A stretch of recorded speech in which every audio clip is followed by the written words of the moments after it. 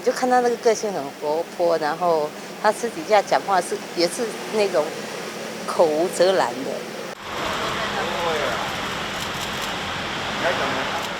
都演夫妻了。你跟他演过几次夫妻啊？含笑2次，但是含笑那一次就已经够久了。因为那部戏我们拍了半年多嘛。那你们都会聊一些什么啊？就是哇，他太有趣，他太可爱，他是无远伯爵，他什么都聊。对，他可以跟你聊到天边海角，聊到天上地下，对，那就有的没的这样子。你就看他那个个性很活泼，然后他私底下讲话也是那种口无遮拦的。他就碰到什么样的人，他就会讲什么样的话，他就是很厉害的那一种。那说很谢谢，就是在《神江少女》可以跟他一起合作，然后就是收工的时候，大家可以一起在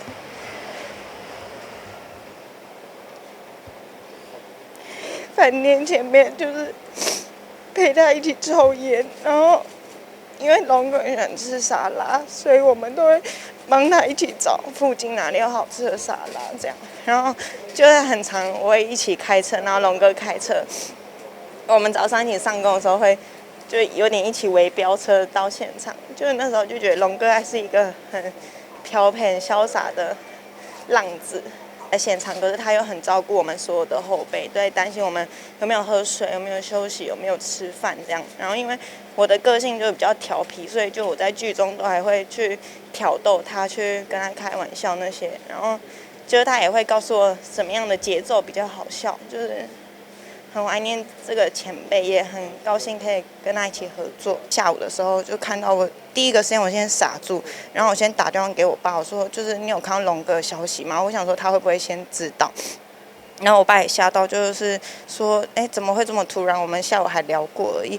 然后我就有点不知所措，所以我先在面前，我先大哭一下，然后我就沉淀，我就开始就是回想到我们在拍戏的过程，就到现在还是刚刚看到照片，还是觉得就是蛮不真实，就是明明还好一个人，而且我跟他最后的讯息是你要健康哦，对，所以我觉得就是还是蛮不相信的，就是有时候收工的时候一起打麻将啊，或者坐在饭店的楼梯聊天啊。那时候还没有那么热，然后吹着风坐在阶梯上面，大家一起聚在一起的感觉，好像是昨天的事情而已。我去那个影子背后的首映会的时候，遇到我们这一档的导演。那天我们聊天的时候，其实很多事情蛮巧合，也蛮刚好的，因为这场戏里面就是他有。就是在戏里面昏倒，然后送医，而且在拍这档戏之后面，他也有在考虑说要不要接后面的戏，因为他觉得蛮累的，可能他不太想拍8点的这个，就生活作息会有一点辛苦这样。龙哥人真的很好，然后我有一场戏，其实我那时候刚进8点还是新人的时候，我要在台上讲2页半的台词，然后那时候台下坐的几乎都是比较资深的前辈们。那时候刚进8点，然后很紧张，2页半不知道背不背得起来，也不知道做不做得好。然后龙哥很早就进来坐，他说在第1排的那个观看这样，他就看出我的紧张还有我的不安这样。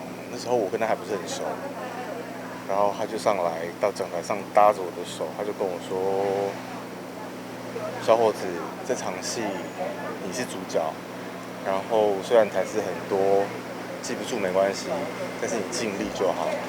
那我们会在台下好好享受你的表演，这样也不会有人给你脸色看，因为龙哥在。但那时候对我来说，其实这个话给我打这个强心针。那天录影的时候听到这个消息，其实真的蛮难过的，因为这么好的一个人，这么好的一个长辈，就这样没了。